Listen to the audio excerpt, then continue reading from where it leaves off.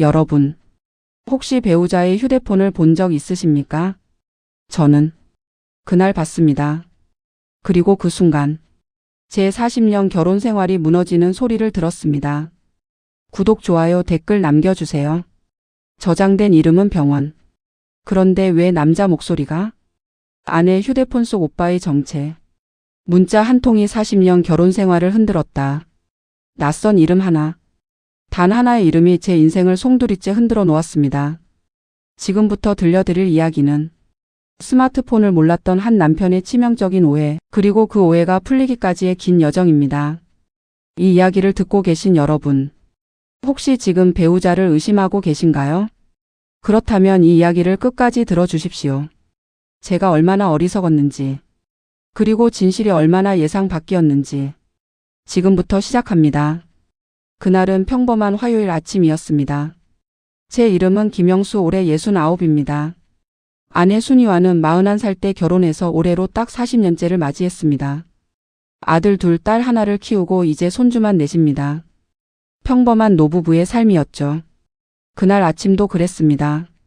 아내는 아침 일찍 동네 목욕탕에 간다며 집을 나섰고 저는 거실에서 신문을 보고 있었습니다. 그런데 띠링, 아내의 휴대폰에서 문자 소리가 났습니다. 아내가 휴대폰을 두고 나간 거였죠.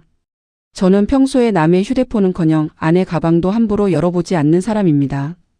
그게 예의라고 생각했으니까요. 40년을 함께 살았어도 서로의 사생활은 존중해야 한다고 믿었습니다. 하지만 그날은 왜 그랬을까요? 문자가 계속 왔습니다. 띠링띠링띠링. 한 번, 두 번, 세 번. 중요한 연락일 수도 있겠다 싶었습니다. 아이들한테 무슨 일이 생긴 건 아닐까? 급한 약속이 있었나? 그런 생각에 저는 아내의 휴대폰을 집어들었습니다. 화면을 켰을 때 제 눈에 들어온 건 낯선 이름이었습니다. 준호 오빠. 오빠? 우리 아내가 누굴 오빠라고 부른다고? 심장이 쿵 하고 내려앉는 것 같았습니다. 아내에게 오빠가 있다는 건 저도 압니다. 하지만 그 오빠는 20년 전에 돌아가셨습니다. 그럼 이 준호 오빠는 누구란 말입니까? 문자 내용은 이랬습니다. 순희 씨, 오늘 꼭 오셔야 합니다. 결과 나왔어요. 이 시에 뵙겠습니다. 결과? 무슨 결과? 손이 떨렸습니다. 비밀번호도 모르면서 저는 그 화면을 멍하니 바라봤습니다. 준호 오빠. 그 이름이 제 머릿속에서 맴돌았습니다. 아내가 목욕탕에 간다고 했는데 거짓말이었을까? 아니, 아내는 그런 사람이 아닙니다. 40년을 함께 살았는데 아내가 어떤 사람인지 제가 모를 리 없습니다. 하지만 오빠라는 호칭이, 그리고 오늘 꼭 오셔야 합니다라는 문구가 제 마음을 불안하게 만들었습니다. 저는 휴대폰을 다시 제자리에 놓았습니다. 그리고 신문을 펼쳤지만 한 글자도 눈에 들어오지 않았습니다. 1시간쯤 지났을까요? 아내가 돌아왔습니다. 아이고, 사람이 너무 많아서 포기하고 왔네. 평소와 다름없는 아내의 목소리였습니다. 휴대폰 두고 갔더라고. 제가 말했습니다. 아, 그래? 어머, 또 두고 갔네. 나 요즘 왜 이래? 아내가 웃으며 휴대폰을 집어들었습니다. 그리고 화면을 확인했습니다. 그 순간 아주 짧게, 정말 짧게 아내의 표정이 굳었습니다. 0.5초도 안 되는 순간이었지만 저는 놓치지 않았습니다. 무슨 연락 왔어? 제가 물었습니다. 응? 아, 아무것도 아니야. 보험회사에서 온 거. 아내가 대답했습니다. 하지만 저는 알았습니다. 아내가 거짓말을 하고 있다는 걸. 40년을 함께 산 사람의 거짓말은 들리기 마련입니다. 아내는 거실로 가서 휴대폰을 보며 무언가를 입력했습니다. 아마도 답장을 하는 것 같았습니다. 저는 부엌에서 물을 마시는 척하며 아내를 지켜봤습니다. 아내의 얼굴은 진지했습니다. 뭔가 중요한 내용을 보고 있는 것처럼. 그리고 잠시 후 아내가 말했습니다. 여보, 나 오늘 오후에 은행 좀 다녀올게. 은행? 무슨 일로? 적금 만기된 거 찾으러. 내가 같이 가줄까? 아니, 괜찮아. 금방 다녀올게. 아내는 서둘러 방으로 들어갔습니다. 그리고 옷을 갈아입고 나왔습니다. 평소에 집에서 입는 편한 옷이 아니라 외출복으로 말입니다. 은행 가는데 왜 그렇게 차려입어? 제가 물었습니다. 그냥 오랜만에 나가는 김에 백화점도 들를까 해서. 아내가 대답했습니다. 하지만 저는 알았습니다. 아내가 준호 오빠를 만나러 간다는 것을 이 시에 만나기로 했다고 문자에 나와 있었으니까요. 시계를 보니 1시였습니다. 다녀올게. 아내가 문을 나섰습니다. 저는 창문 너머로 아내가 걸어가는 모습을 지켜봤습니다. 평소보다 걸음이 빨랐습니다. 급한 듯 서둘러 가는 모습이었습니다. 그날 오후는 지옥 같았습니다. 아내는 4시가 넘어서야 돌아왔습니다. 이 시에 만나기로 했으니 이 시간이나 함께 있었다는 뜻입니다. 다녀왔어. 아내가 현관문을 열며 말했습니다. 손에는 백화점 쇼핑백이 하나 들려 있었습니다. 은행만 다녀온다더니 쇼핑도 했네? 응, 지나가다가 세일하길래. 평범한 대화였습니다. 하지만 제 머릿속은 온통 의심으로 가득했습니다. 정말 백화점에 간 걸까? 준호 오빠를 만나고 온 건 아닐까? 그 쇼핑백은 알리바이를 위한 것은 아닐까? 저는 제 자신이 이런 생각을 한다는 게 한심했습니다. 40년을 함께 산 아내를 의심하다니. 하지만 멈출 수가 없었습니다. 저녁을 먹으면서도 TV를 보면서도 샤워를 하면서도 머릿속은 온통 준호 오빠로 가득했습니다. 밤이 되었습니다. 아내는 평소처럼 먼저 잠자리에 들었습니다. 먼저 잘게. 피곤하다. 그래, 푹 쉬어. 저는 거실에 남아 있었습니다. 잠이 올 리 없었습니다. 소파에 앉아서 천장만 바라봤습니다. 준호 오빠는 누구일까? 아내와 무슨 관계일까? 결과가 나왔다는 건 무슨 뜻일까? 생각하면 할수록 답이 나오지 않았습니다. 아니, 답은 하나밖에 없는 것 같았습니다. 아내가 다른 남자를 만나고 있다. 그 생각이 머릿속을 지배했습니다. 불륜? 설마 우리 아내가? 하지만 그 오빠라는 호칭이, 그 친근한 오래된 관계를 암시하는 호칭이 저를 미치게 만들었습니다. 새벽 3시가 넘어서야 저는 잠이 들었습니다. 하지만 악몽을 꿨습니다. 아내가 낯선 남자와 손을 잡고 걷는 꿈이었습니다. 제가 뒤에서 부르는데 아내는 돌아보지도 않았습니다. 그냥 그 남자와 함께 멀어져 갔습니다. 다음 날 아침 저는 결심했습니다. 확인해야 한다. 아내의 휴대폰을 다시 봐야겠다고 생각했습니다. 물론 비밀번호를 모르니 내용을 볼 수는 없지만 최소한 잠금 화면에 뜨는 알림이라도 확인하자고 마음먹었습니다. 기회는 금방 왔습니다. 아내가 화장실에 간 사이 식탁 위에 놓인 휴대폰에 전화가 걸려왔습니다. 여보, 전화 온다. 제가 소리쳤습니다. 받아줘. 아내가 화장실에서 소리쳤습니다. 저는 휴대폰을 집어 들었습니다. 화면에는 준호 오빠라는 이름이 떠 있었습니다. 심장이 또 한 번 쿵 하고 내려앉았습니다. 여보, 누구라고 해? 제가 물었습니다. 누군데? 준호 오빠라는 사람. 잠시 침묵이 흘렀습니다. 그리고 아내가 황급히 화장실에서 나왔습니다. 아, 그거 내가 받을게.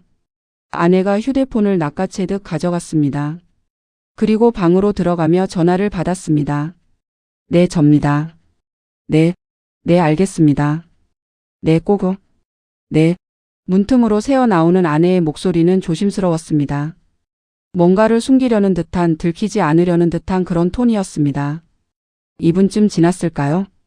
아내가 방에서 나왔습니다. 누구야, 그 준호 오빠라는 사람? 저는 직접적으로 물었습니다. 응? 아, 그냥 동창이야. 옛날 동창. 남자 동창? 응. 그 사람이랑 아직도 연락하고 지내? 가끔. 동창회 때 보지. 아내는 시선을 피했습니다. 거짓말을 할 때 아내는 항상 시선을 피합니다. 저는 40년 동안 그걸 알고 있었습니다. 무슨 일로 전화했대? 그냥 다음 달에 동창회 한다고. 아, 그래. 저는 더 이상 묻지 않았습니다. 하지만 마음속으로는 확신했습니다. 거짓말이다. 분명 다른 이유가 있다. 그날 오후 저는 혼자 앉아서 생각했습니다. 동창이라고 했지. 하지만 동창을 왜 오빠라고 부르지? 보통 동창이면 이름만 저장하지 않습니까? 김준호 이렇게요. 그런데 왜 굳이 준호 오빠라고 저장했을까요? 그리고 어제 문자에는 순희 씨라고 했습니다. 존댓말을 쓰더군요. 동창이면 반말을 하지 않나요? 아니면 최소한 순희야라고 하거나.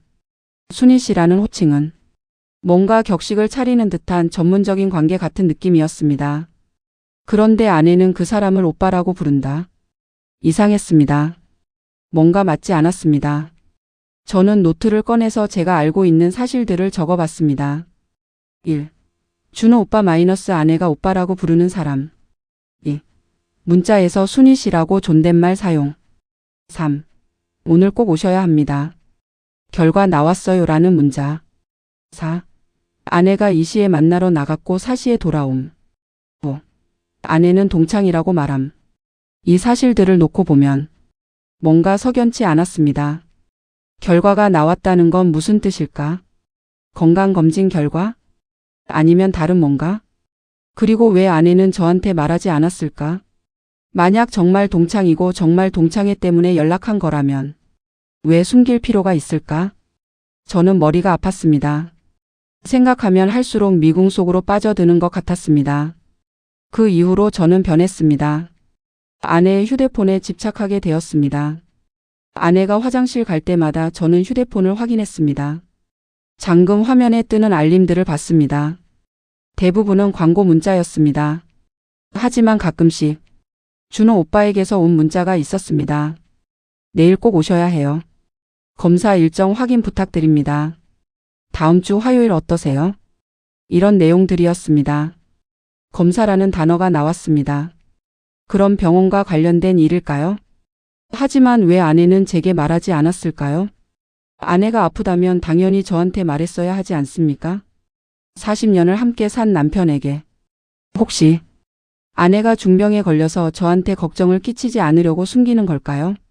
아니면 그 준호 오빠와의 관계 때문에 숨기는 걸까요? 저는 매일 밤 잠을 설쳤습니다. 체중도 3kg이나 빠졌습니다. 밥맛도 없었고 뭘 해도 집중이 안 됐습니다.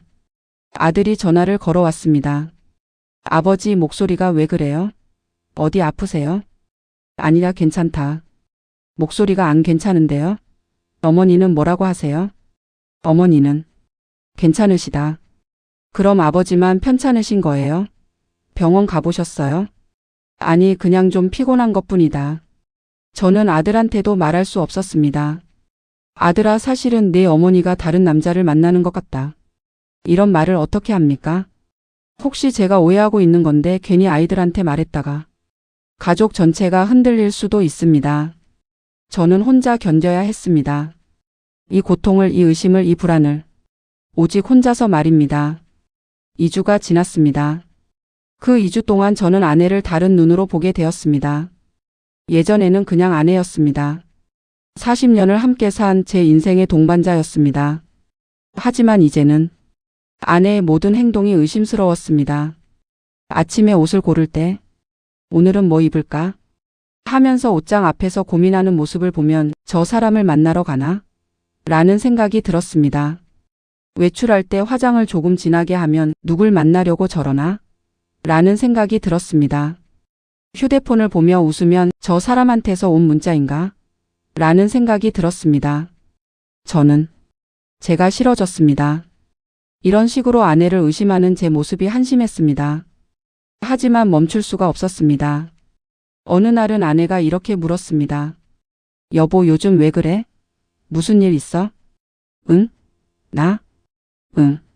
자꾸 나를 쳐다보는데 뭔가 할 말 있는 것 같아. 아니 없어. 정말?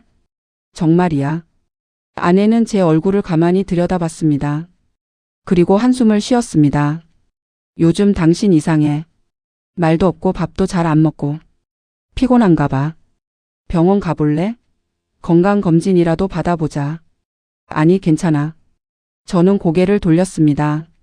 아내의 눈을 똑바로 쳐다볼 수가 없었습니다. 건강검진이라는 단어를 들으니 또 준호 오빠가 떠올랐기 때문입니다. 저는 매일 아침 산책을 나갔습니다. 혼자 걷는 시간이 필요했습니다. 머리를 정리할 시간이요.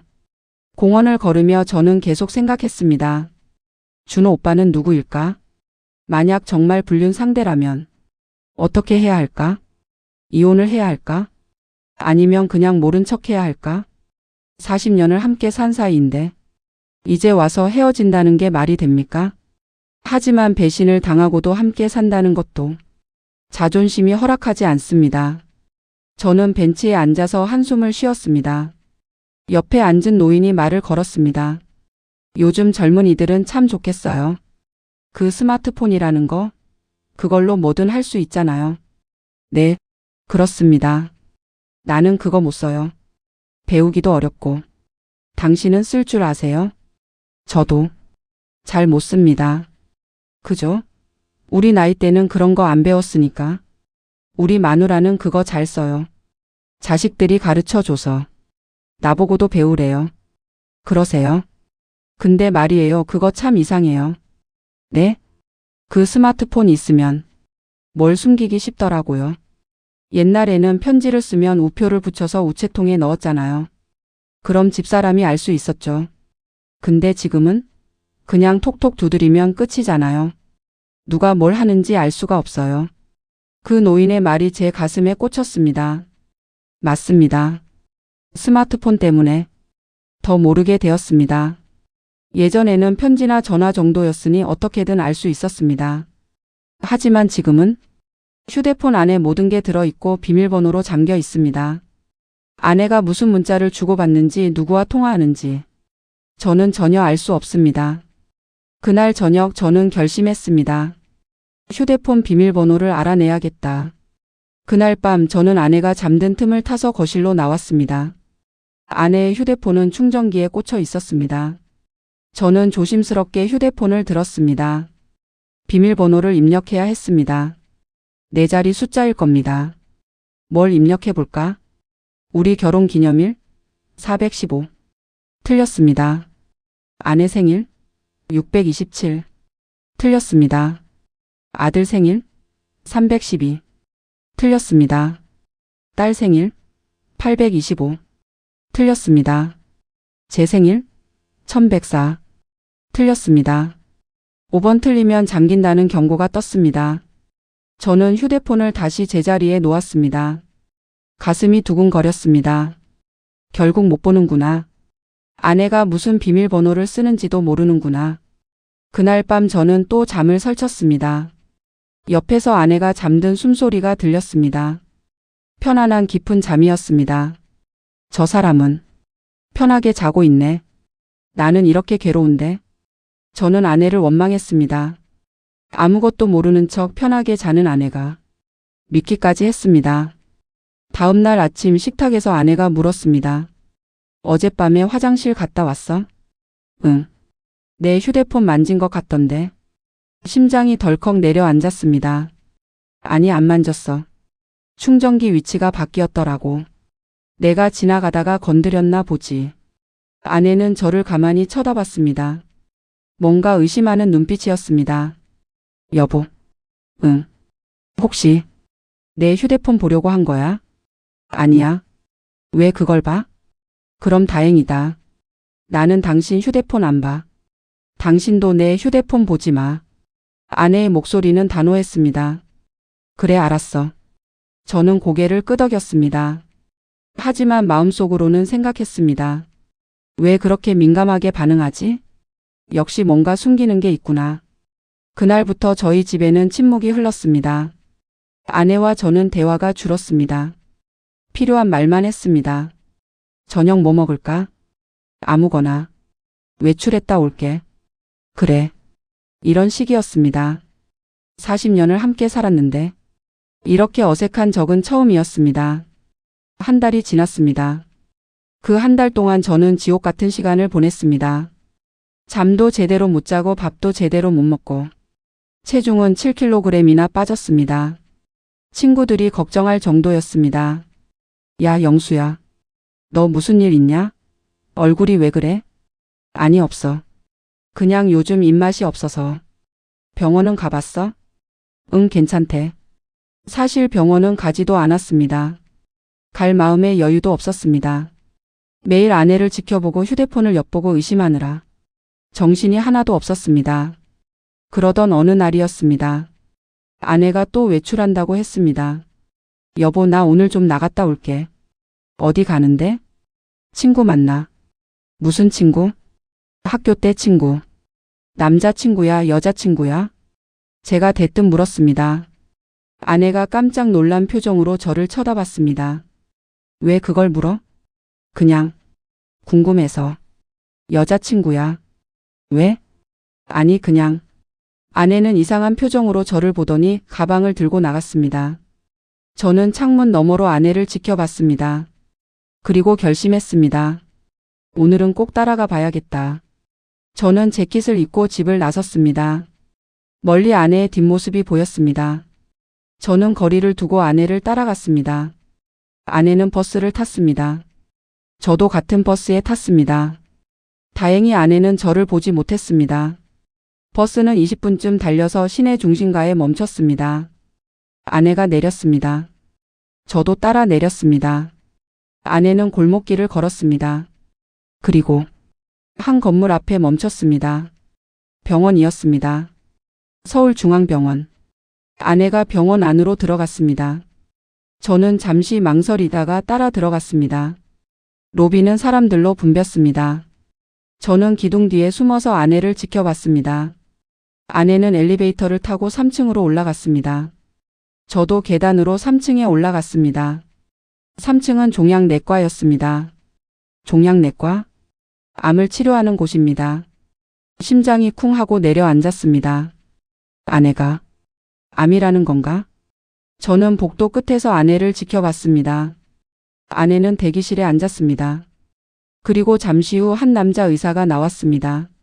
40대 후반쯤 되어 보이는 키 크고 인상이 좋은 남자였습니다.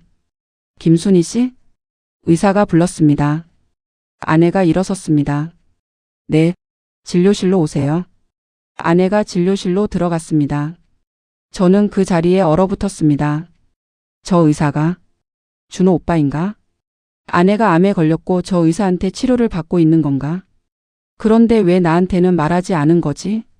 30분쯤 지났을까요? 아내가 진료실에서 나왔습니다. 얼굴이 밝았습니다. 환한 표정이었습니다. 그리고 그 의사도 함께 나왔습니다. 다음 주에 또 오세요. 꼭이요. 의사가 말했습니다. 네, 감사합니다. 아내가 고개를 숙이며 인사했습니다. 의사는 아내의 어깨를 가볍게 두드렸습니다. 친근한 몸짓이었습니다. 그 순간 제 안에서 뭔가가 터졌습니다. 저는 걸어 나갔습니다. 복도를 가로질러 아내 앞으로. 순이야. 제가 불렀습니다. 아내가 깜짝 놀라 뒤를 돌아봤습니다. 어머. 여보? 여기서 뭐 하는 거야? 그게. 아내는 당황한 표정으로 말을 잇지 못했습니다. 그때 그 의사가 다가왔습니다. 저기 실례지만 환자분 보호자세요? 의사가 물었습니다. 네, 남편입니다. 제가 대답했습니다. 아, 그러시군요. 저는 이준호입니다. 부인분 담당의입니다. 의사가 손을 내밀었습니다. 이준호. 준호 오빠. 바로 그 사람이었습니다. 반갑습니다. 저는 손을 맞잡았습니다. 하지만 반갑지 않았습니다. 머릿속이 복잡했습니다. 제가 오늘 부인께 좋은 소식을 전해드렸습니다. 의사가 말했습니다. 좋은 소식이요? 네. 검사 결과가 다행히 양호하게 나왔습니다. 검사요?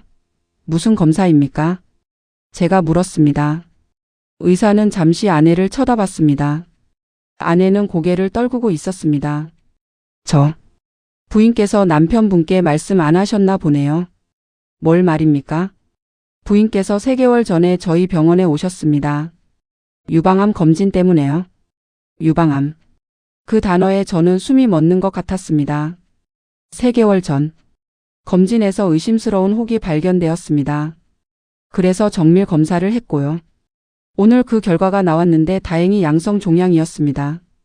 암이 아니라는 뜻입니다. 의사가 설명했습니다. 저는 아내를 쳐다봤습니다. 아내는 여전히 고개를 숙이고 있었습니다. 왜? 나한테 말 안 했어? 제가 물었습니다. 아내는 대답하지 않았습니다. 부인께서 남편분께 걱정을 끼치고 싶지 않다고 하셨습니다. 의사가 대신 말했습니다. 혹시 암이면 그때 말씀드리겠다고. 다행히 암이 아니어서 이제 남편분께 말씀드릴 수 있게 되었다고 하셨습니다. 저는 할 말을 잃었습니다. 우리는 병원 1층 카페에 앉았습니다. 아내와 저 그리고 이준호 의사 3명이었습니다. 의사는 자세히 설명해 주었습니다. 부인께서 3개월 전에 동네 병원에서 건강검진을 받으셨습니다. 그때 유방 초음파에서 혹이 발견되었고요. 동네 의사 선생님이 저희 병원을 소개해 주셨습니다. 그래서 처음 오신 날 제가 진료를 받습니다. 혹의 크기와 모양을 보고 조직 검사를 권유했습니다. 조직 검사 결과를 기다리는 3개월이 부인께는 정말 힘든 시간이었을 겁니다. 의사의 말을 듣는 동안 저는 아내를 쳐다봤습니다. 아내는 커피잔만 들여다보고 있었습니다. 그런데 왜 제게 말하지 않으셨습니까? 제가 물었습니다. 의사는 아내를 쳐다봤습니다. 아내가 조용히 입을 열었습니다. 당신, 작년에 심장 수술했잖아. 그게 뭐? 의사 선생님이 그러시더라고. 스트레스 받으면 안 된다고.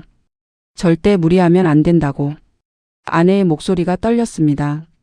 그런데 내가 암 검사 받는다고 하면 당신이 얼마나 걱정하겠어. 밤잠도 못 자고 밥도 못 먹고. 그러면 당신 심장이 또 나빠질까봐. 아내의 눈에 눈물이 고였습니다. 그래서 혼자 견디기로 했어. 만약 정말 암이면 그때 말하려고 했어. 하지만 암이 아니면 당신한테 괜한 걱정만 끼치는 거잖아. 저는 아무 말도 할 수 없었습니다. 의사가 계속 설명했습니다. 부인께서 매주 병원에 오셨습니다. 추가 검사도 하고 상담도 하고 혼자서 모든 걸 견디셨습니다. 매주요? 네. 부인께서 저를 오빠라고 부르시는데 제가 부인 고등학교 후배거든요. 같은 학교 출신이라 더 편하게 상담할 수 있었습니다. 아, 그래서 준호 오빠였구나. 같은 고등학교 출신의 의사. 부인께서 정말 강하신 분입니다. 혼자서 모든 걸 견디시면서도 집에서는 아무렇지 않은 척 하셨다고 하더군요. 제가 아내를 봤습니다. 아내는 고개를 숙인 채 눈물을 흘리고 있었습니다.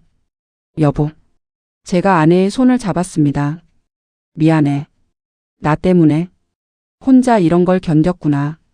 괜찮아. 이제 괜찮아. 암 아니래. 아내가 웃으며 말했습니다.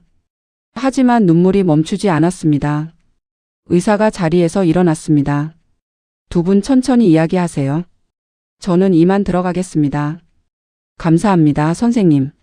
제가 고개를 숙였습니다. 아닙니다. 부인께서 이제 건강하시니 앞으로는 두 분이 함께 건강하시길 바랍니다. 의사는 미소를 지으며 떠났습니다. 우리는 한참 동안 말없이 앉아 있었습니다. 커피는 식어서 차가워졌습니다. 여보. 제가 먼저 입을 열었습니다. 응. 나. 당신을 오해했어. 뭘? 그 준호 오빠라는 사람. 나는 다른 사람인 줄 알았어. 아내가 고개를 들어 저를 쳐다봤습니다. 다른 사람? 응. 그냥 다른 남자. 저는 차마 불륜이라는 단어를 입에 담을 수 없었습니다. 하지만 아내는 알아들었습니다. 뭐? 당신 설마. 아내의 눈이 커졌습니다. 당신 나를 의심한 거야? 미안해. 저는 고개를 숙였습니다. 나는 당신이 휴대폰에 준호 오빠라고 저장한 거 봤어. 그리고 문자도 받고 전화도 왔었고. 그래서 세상에. 아내가 한숨을 쉬었습니다. 당신이 요즘 이상하더라니. 그런 이유였구나. 미안해. 정말 미안해. 저는 진심으로 사과했습니다. 나는 당신이 어디 아픈지도 몰랐어. 3개월 동안 혼자 그렇게 힘들었는지도 몰랐어. 그저 당신을 의심만 했어. 아내는 제 손을 꽉 잡았습니다. 여보. 응. 나도 미안해. 말했어야 했는데. 당신한테. 아니야. 당신은 나를 걱정해서 그런 거잖아. 그래도 부부인데 이런 건 함께 겪어야 하는 거잖아. 아내의 목소리가 떨렸습니다. 3개월 동안 정말 무서웠어. 밤마다 암이면 어떡하지 생각했어. 당신한테 뭐라고 말하지 생각했고. 하지만 당신한테 말하면 당신이 더 아플까봐. 그게 더 무서웠어. 저는 아내를 꼭 안았습니다. 카페 안에서였지만 신경 쓰지 않았습니다. 40년 만에 제대로 아내를 안아본 것 같았습니다. 미안해, 순이야. 정말 미안해. 나도 미안해, 여보. 우리는 한참을 그렇게 안고 있었습니다. 이야기 들어주셔서 감사합니다.